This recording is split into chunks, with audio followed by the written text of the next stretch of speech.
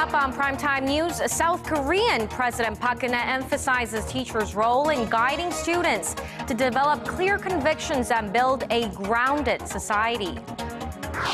And the Bank of Korea leaves its key rate unchanged at 1.75% for a second straight month, but the market still expects a cut to boost the sluggish recovery momentum.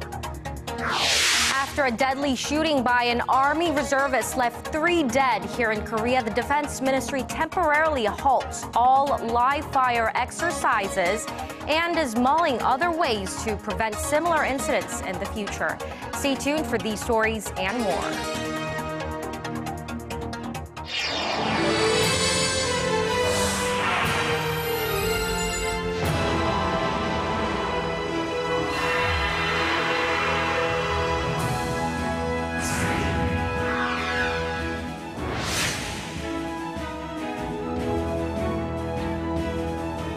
Hello and welcome to Primetime News on this Friday, May 15th. I'm Daniel Choy. And I'm Hwang Ji-hye. Thank you for joining us. Well, today is Teachers' Day here in Korea, when Koreans thank their current and former teachers for their guidance and counseling. And President Park Geun-hye, who also had a chance to meet and thank her own teachers earlier today, used the opportunity to highlight the impact teachers can have on Korea's future. Choi Yoo-sun starts us off. Referring to North Korea's recent provocations and reports of instability inside the reclusive regime, President Park Geun-hye highlighted educators' role in building a strong and resilient South Korean society capable of standing its ground. 안팎에서 우리 사회를 혼란에 빠뜨리려는 시도가 있을 수 있는데 자유민주주의에 대한 확고한 신념과 애국심이 뒷받침될 수 있도록 하는데 교육 현장의 선생님들께서 중심이 되어 주시기를 부탁드립니다. The president also asked teachers to encourage students to reach their potential through their passion and creativity, not through competition or grades. 정부는 자유학기제를 전면적으로 도입하고 학생들이 다양한 체험 활동을 함으로써 스스로 자기의 재능과 끼를 찾아 도전할 수 있는 기회를 제공할 것입니다. Crediting the instructors from her youth for teaching her to lead a life based on her beliefs and principles, President Park took the opportunity to thank 2 of her middle and high school teachers, both now in their 70s. One of them brought a picture of the president in costume after her performance in the Shakespearean play The Merchant of Venice 50 years ago. The president shares stories of foreign leaders wishing to learn from Korea's educational system, which played a significant role in the country's rapid development, and asked her former teachers to guide efforts to foster innovative young talent for a better tomorrow. Choi Yoo-sun, Arirang News.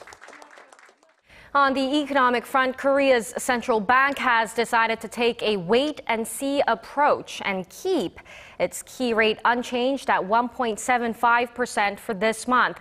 But analysts say a rate cut could be in the cards next month. Shin Se-min has more. It did not come as a surprise. The Bank of Korea kept its key rate at 1.75% for the second month in a row, following its monthly monetary policy meeting on Friday. Central Bank Governor Lee Ju-yeol said the freeze will help the bank assess the effect of the previous rate cut in March, the 3rd quarter of a percentage point cut since August of last year. The real estate market has been on the recovery track recently and consumer sentiment is improving, but we need to keep an eye on whether these trends will continue.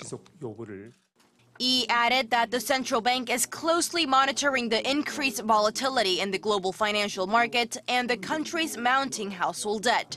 The debt burden increased sharply after the previous rate cuts, which left the key rate at a historic low, while home transactions also shot up. But another rate cut is possible, with the central banker hinting that a reduction will depend on second quarter business data. Experts say that it is likely since the current rate is not enough to rouse the economy. It's too early to tell based on economic indices, most of which are related to consumer or business sentiment, if the economy is recovering. And we still haven't seen the effect of the central bank's rate cuts. He adds that Korea still has room for additional rate cuts as countries like Sweden that have actively jumped on the global monetary easing bandwagon have left their key rates at below zero. Shin Se-min, Arirang News. In the wake of Wednesday's shooting spree during a military training session for reservists, officials have decided to temporarily halt all live-fire exercises at the site. Some are even calling to extend that measure to all training facilities. Our Na Yeon-kyung gives us a closer look at the recent developments. South Korea's defense ministry has for now stopped all live-fire exercises at the training facility in Naegok-dong, southern Seoul, where a reservist with a history of mental illness surnamed Choy shot dead 2 of his fellow soldiers before turning the rifle on himself on Wednesday. We plan to stop these types of incidents from happening again by pairing reservists with individual instructors, locking up the safety chains on guns, and providing better instruction. While this may calm the waters momentarily, lawmakers are calling for more concrete action. It's truly appalling that the controllers and instructors were busy trying to run away. We don't need this kind of military. The training for reservists should be suspended altogether until a fundamental countermeasure is found. The Defense Ministry will launch a task force to address the issue on Saturday. The group will revise safety regulations and come up with measures for preventing similar incidents in the future. A few of the topics for discussion include the placement of bulletproof partitions between shooting lanes, the installation of surveillance cameras at every shooting range, and the creation of a system for sharing the reservists' military service files and medical records with the training facilities. But some are skeptical, saying that implementing these measures will be easier said than done, especially with the last revision because it will infringe on the reservists' privacy. All Korean men must complete nearly 2 years of military service and stay on in the reserves for 8 years, during which time they attend regular training sessions to maintain their skills. Na Yeon-kyung, Arirang News. Korea's National Assembly remains in deadlock over a controversial bill aimed at reforming the country's budget-draining pension systems for civil servants. With just 3 economy-related bills passed this week, the ruling Saenuri Party suggested holding a 3-way meeting on Sunday with the main opposition New Politics Alliance for Democracy and President Park Geun-hye at the presidential office of Cheongwade.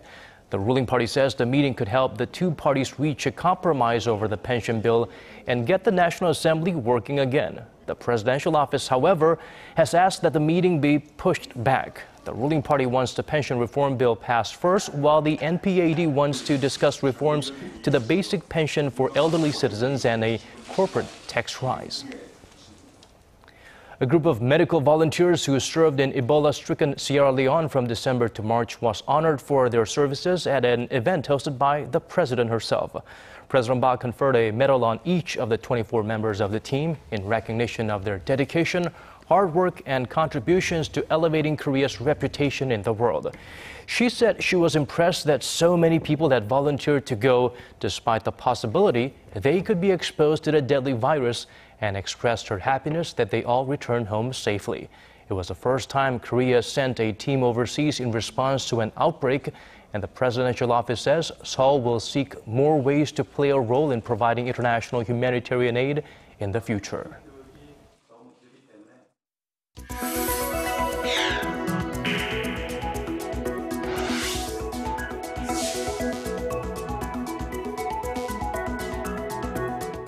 Now, speculation is mounting about whether the country's defense chief Daniel Choy has actually been executed. Images of him keep appearing in certain reports while his name has been excluded from another. Our Han Da-eun has more. Kim Jong-un's recent visit to a local fish farm has raised questions about the authenticity of reports that he had his defense chief executed late last month.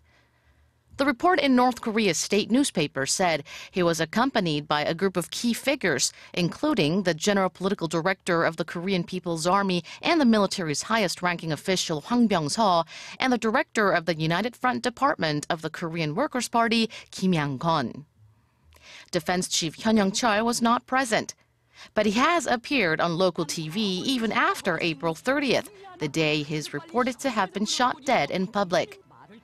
The footage has most likely been pre-recorded, but pundits say it is very rare for North Korea to show images of purged officials in the media after their executions.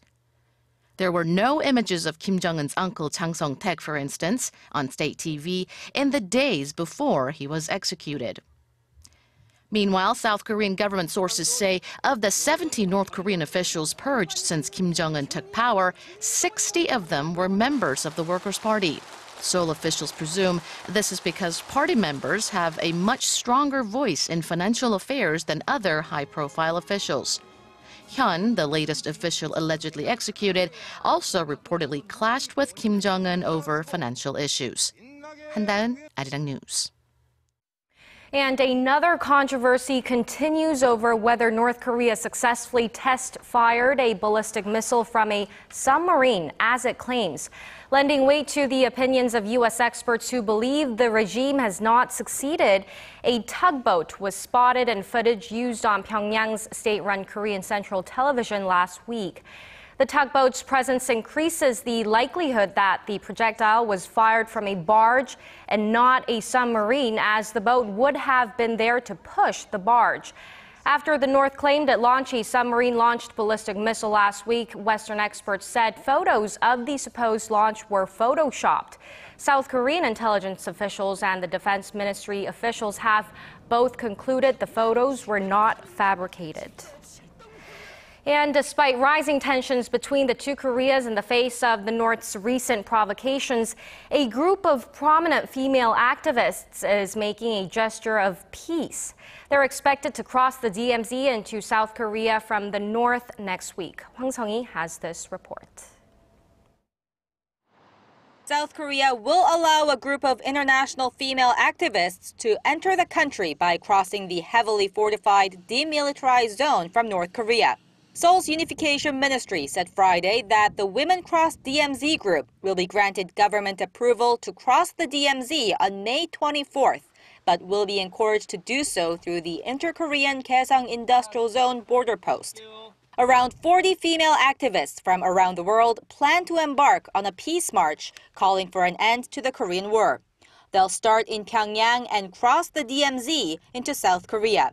The Koreas are technically still at war after the Korean War ended in a truce, not a peace treaty.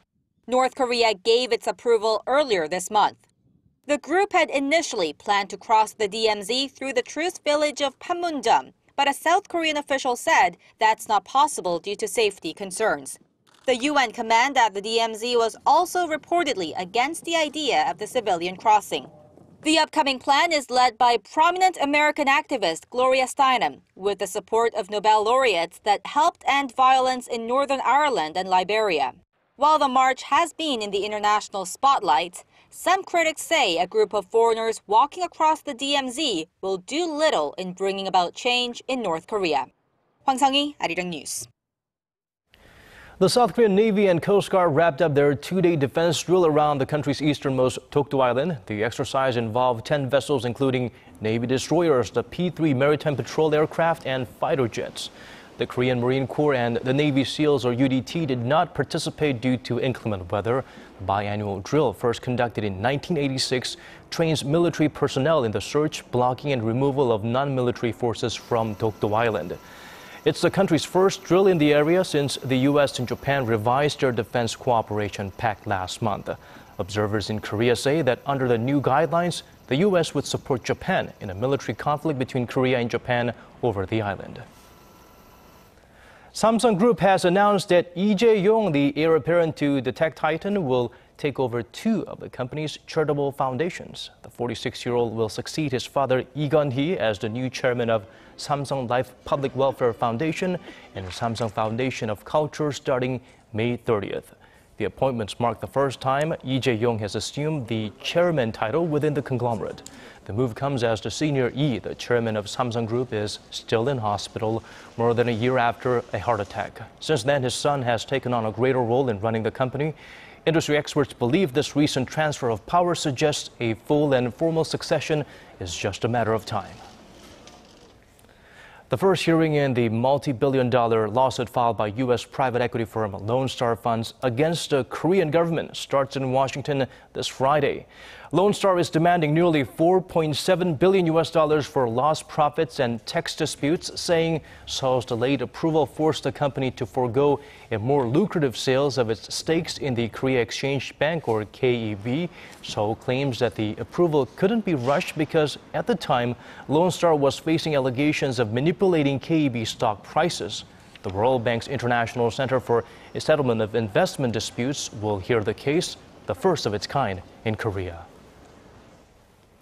Koreans continue to mark Teachers' Day on May 15th, but there have been noticeable changes in the way teachers are perceived here. That's right. And according to Connie Kim, there's growing evidence that educators who were once very respected in our society are losing their revered status. This chalkboard message reads, "Thank you, teacher." The students in this class are following the tradition of pinning a carnation on their teacher's shirt and writing letters of appreciation. I loved my teacher the first time I met her. She would answer all my questions kindly, even when she was busy. In the past, many students thought of their teachers as second parents who offered life lessons and advice, as well as academic knowledge.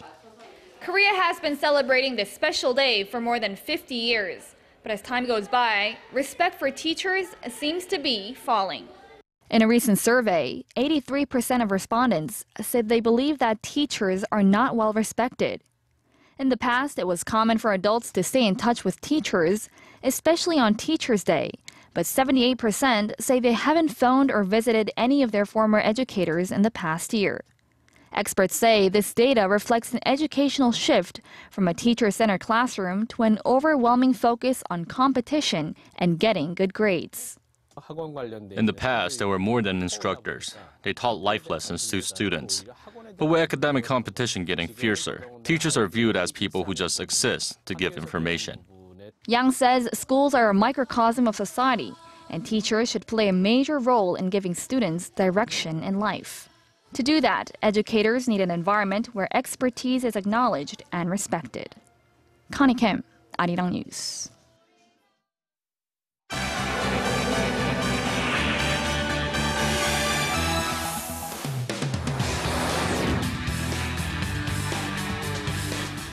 And for the top international headlines, we connect to Polly at the News Center. Our focus today, the UN raises the alarm on the migrant crisis at sea. Obama pledges greater support for Gulf nations. And blues legend B.B. King has died at the age of 89. Paul, let's start off in Southeast Asia. Thailand and Malaysia are showing no signs in lifting their ban on accepting migrants being smuggled from neighboring countries and even Africa. That's right, and the United Nations is worrying the situation could quickly turn into a major humanitarian crisis. It's urging governments in the region to keep their borders open and to fulfill their obligation to rescue those who are in desperate need. In a statement on Thursday, Secretary General Ban Ki-moon said he is alarmed by reports that ships carrying refugees are being refused entry at ports despite being stranded at sea for days without water or food. The Secretary General is concerned about the crisis evolving in the Andaman Sea and Straits of Malacca, where several thousand people are believed to be stranded on smugglers' boats. He is alarmed by reports that some countries may be refusing entry to boats carrying refugees and migrants. The Secretary General urges governments to ensure that the obligations of rescue at sea is upheld and the prohibition of refoulement is maintained. Meanwhile, Indonesia says it has taken in about 600 people who were trapped at sea over just the last few days.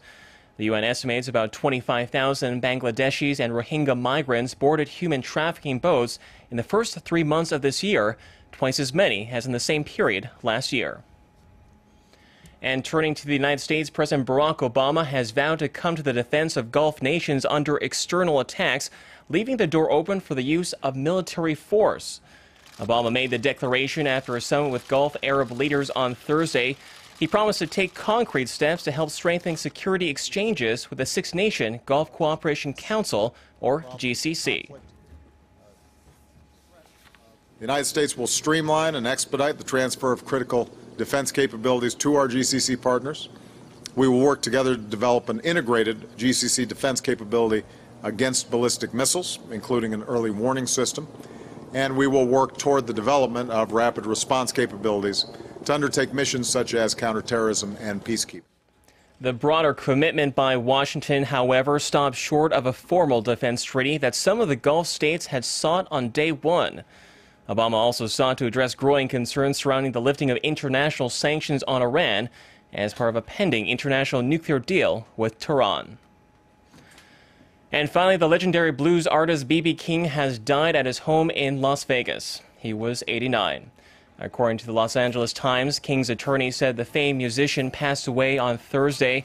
King was diagnosed with type 2 diabetes in the 1980s. He had recently been struggling with the disease after being hospitalized and then moved into hospice care. The King of Blues, known for his iconic voice and butterfly style on the guitar, helped shape a generation of rock stars, from Eric Clapton to Stevie Ray Vaughan.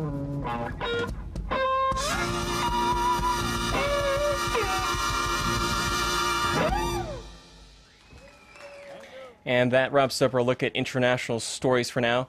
I'll see you back here on Monday.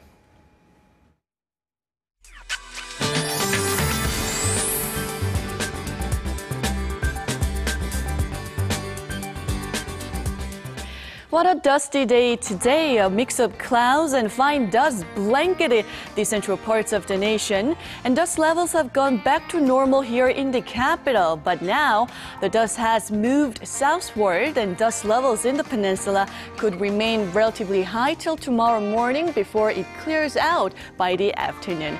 But as long as you avoid being outdoors earlier in the day tomorrow, it should be fairly nice to be outside throughout the weekend. Temperatures will climb up to warmer than today, and the sun will be in full force. But that means we need to watch out for the high UV levels. Also bear that in mind between the hours of 10 a.m. and 4 p.m., which is the time of the day with stronger UV rays. So if you're out during those hours, be sure to reapply the sunscreen as often as you can. With that in mind, let's take a closer look at the readings for Saturday.